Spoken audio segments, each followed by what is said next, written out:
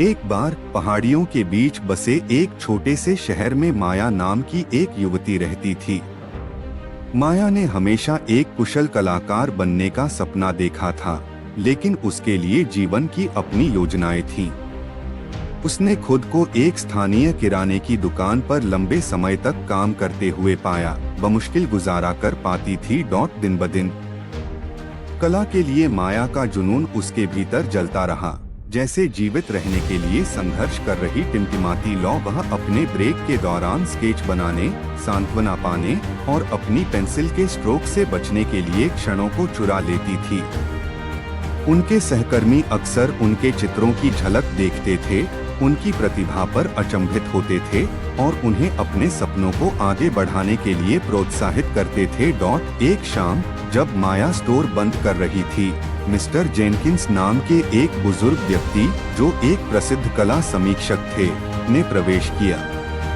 माया ने उसे पहले भी देखा था, लेकिन कभी उसके पास जाने की हिम्मत नहीं हुई। आज उसके भीतर कुछ हलचल हुई। उसने अपना सारा साहस जुटाया और उसके पास गई। उसे एक छोटा सा स्केच दिखाया जो उसने अपने ब्रेक के दौरान बनाया था। मिस्टर जेनकिंस, उनकी आंखें उत्सुकता से टिमटिमा रही थीं।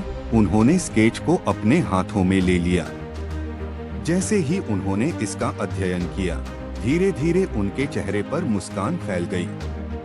मेरे प्रिय, उन्होंने कहा, आपके पास एक दुर्लभ प्रतिभा है। यह रेखाचित्र, यह मुझसे बोलता है। यह एक कहानी कहता है।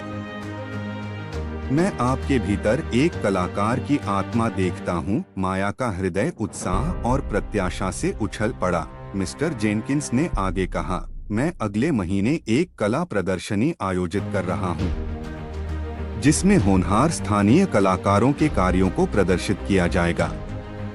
मेरा मानना है कि आपकी कला दुनिया को देखने लायक है।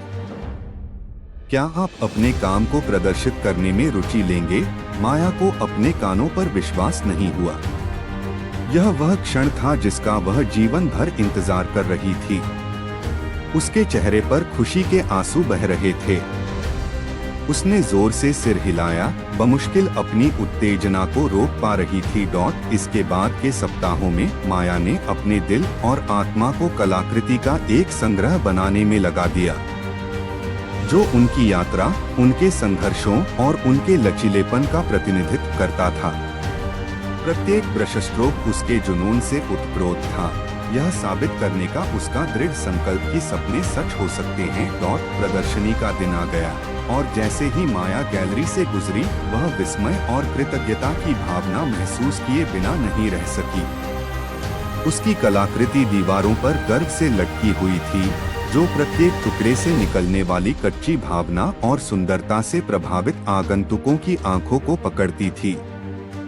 अतिथियों में एक प्रमुख कला संग्रहकर्ता सुश्री थॉम्पसन भी थीं। वह माया के काम को देखने में घंटों बिताती थी, हर झटके में गहराई और प्रामाणिकता से हिल जाती थी। साजिश में उसने माया से संपर्क किया और एक कलाकार के रूप में उसका प्रतिनिधित्व करने की पेशकश की। उसे दीर्घाओं, कलेक्टरों और उन अवसरों से परिचित कराया जिनके बारे में उसने कभी सपने में भी नहीं सोचा था। उस दिन से माया का जीवन बदल गया। वह एक किराने की दुकान पर काम करने से एक प्रसिद्ध कलाकार बन गई। दूर दूर तक कला मंडलियों में उसका नाम फुसफुसाया।